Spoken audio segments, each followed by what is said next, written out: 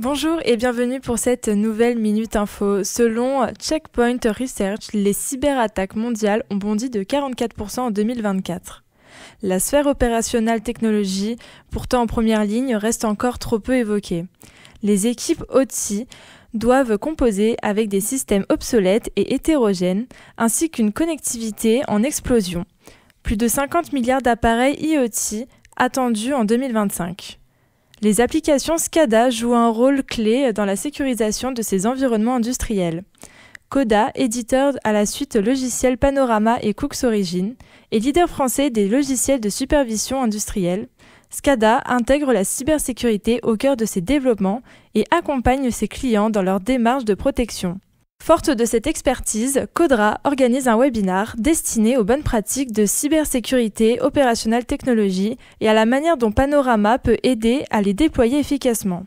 Enfin, pour continuer notre actualité, le Tour des régions fait son retour à Reims le 12 décembre prochain où se retrouveront les professionnels de la sécurité privée. Au programme, un mot d'ouverture du congrès par Abdelhamid Fadoui, président du GES, un tour sur l'actualité du GES et les représentants du GES, des discussions sur les évolutions du CNAPS et de la régularisation, puis enfin un mot de clôture qui reviendra à Pierre Brageux, président de la FFSP.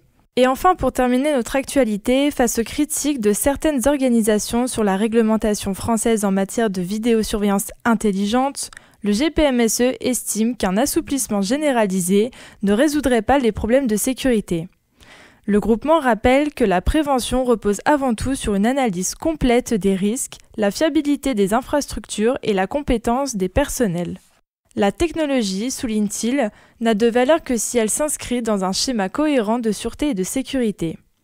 Le GPMSE insiste sur la nécessité d'une gouvernance claire, d'une maintenance continue et d'un respect du cadre légal garantissant les libertés publiques. Il met également en avant le rôle essentiel du facteur humain et la responsabilité partagée des acteurs.